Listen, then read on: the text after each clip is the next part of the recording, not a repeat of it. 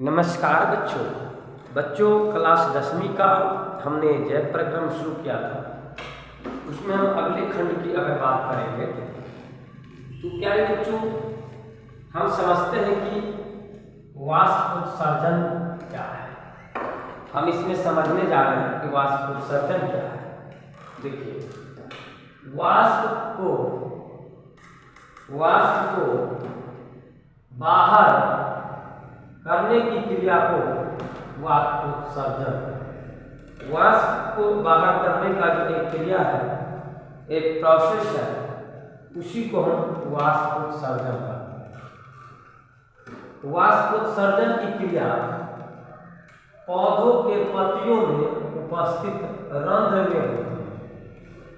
वाष्प उत्सर्जन की क्रिया पौधा का जो पत्ती होता है, पौधा की जो पत्तियां होता है उसमें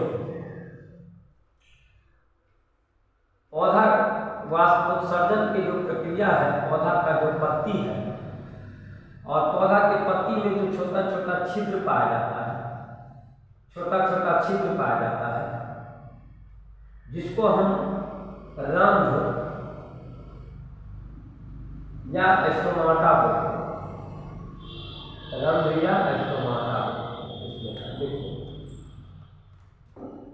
वाष्प को बाहर करने की क्रिया को, मतलब पत्ती से वाष्प को बाहर करने का जो क्रिया है, इस पत्ती से वाष्प को जो बाहर करने की जो क्रिया है, क्रिया को हम वाष्प उत्सर्जन कहते हैं। वाष्प को बाहर करने की क्रिया को हम वाष्प उत्सर्जन कहते हैं। ठीक है। वाष्प उत्सर्जन की क्रिया पौधों के पत्तियों में उपस्थित रंध्र में होती है।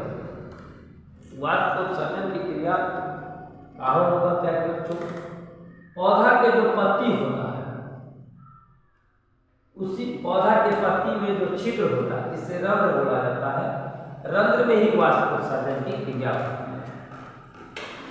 यह एक जल हानि की क्रिया है, यानी कि वाष्प उत्सर्जन जो कि एक क्रिया है जिसमें जल की हानि होती है, यानी कि पौधा में जो जल है उसको हानि होता है वाष्प। देखिए, अब हम समझेंगे रंध्र, जिसको इंग्लिश में हम स्टोमाटा बोलेंगे।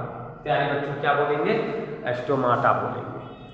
इंग्लिश में इसे हम क्या बोलेंगे? स्टोमाटा बोलेंगे। देखिए, वाष्प उत्सर्जन गैसों का विनिमय CO2 पत्ता के अंदर में आएगा और O2 बाहर निकल जाता है। O2 जो होता है बाहर निकल जाता है। वाष्प उत्सर्जन की क्रिया को मापने का जो यंत्र है, वाष्प उत्सर्जन की क्रिया को जो मापने का यंत्र है, ओटोमीटर से मापते हैं। बारिश होने के कारण वाष्प उत्सर्जन होता है। बारिश जब होती है तो वाष्प उत्सर्जन की क्रिया होती है। ठीक है भाई।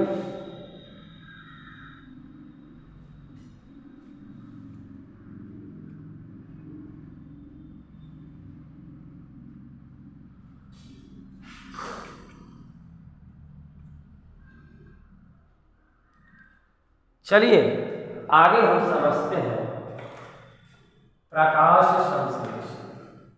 अगला जो प्रोसेस है, अगला जो विधि है, प्रकाश संश्लेषण।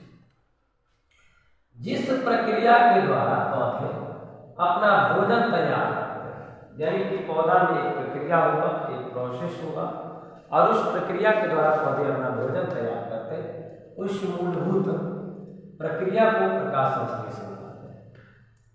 जिस प्रक्रिया के द्वारा पौधे अपना भोजन तैयार करते हैं, उस मूलभूत प्रक्रिया को हम क्या बोलेंगे? प्रकाश संश्लेषण।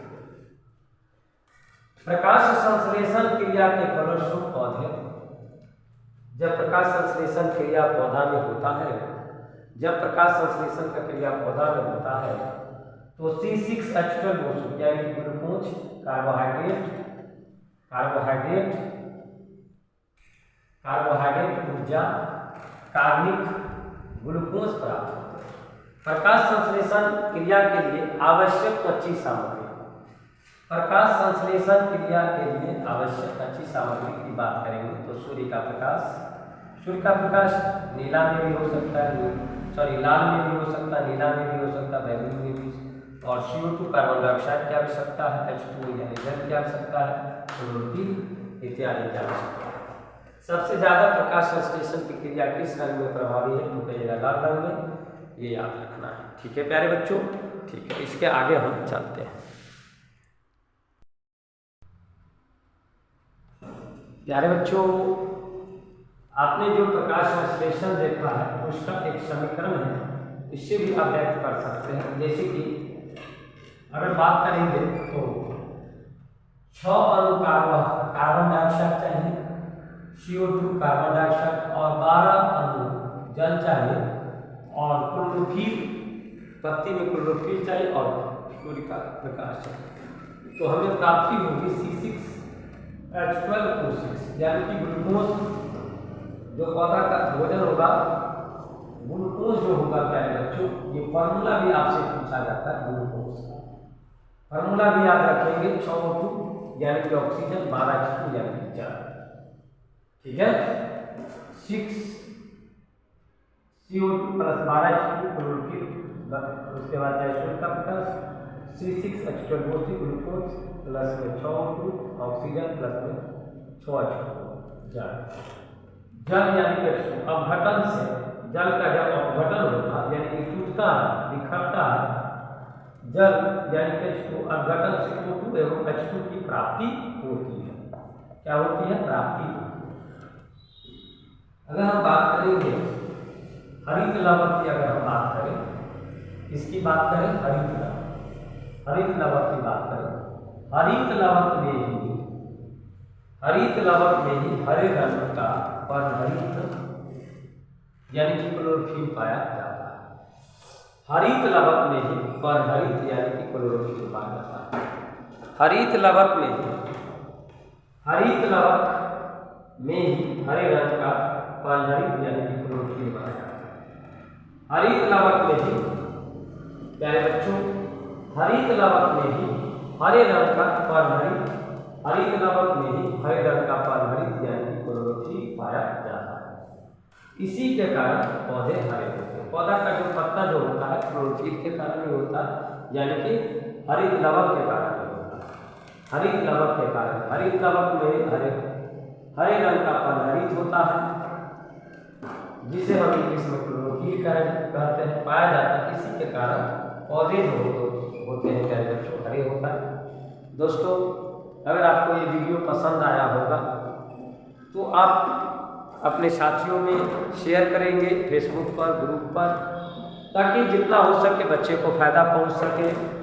अगर ये आपको वीडियो पसंद है तो लाइक, और इस चैनल को आप अपने चैनल शीला कोचिंग को सब्सक्राइब अवश्य करेंगे। नमस्कार बच्चों।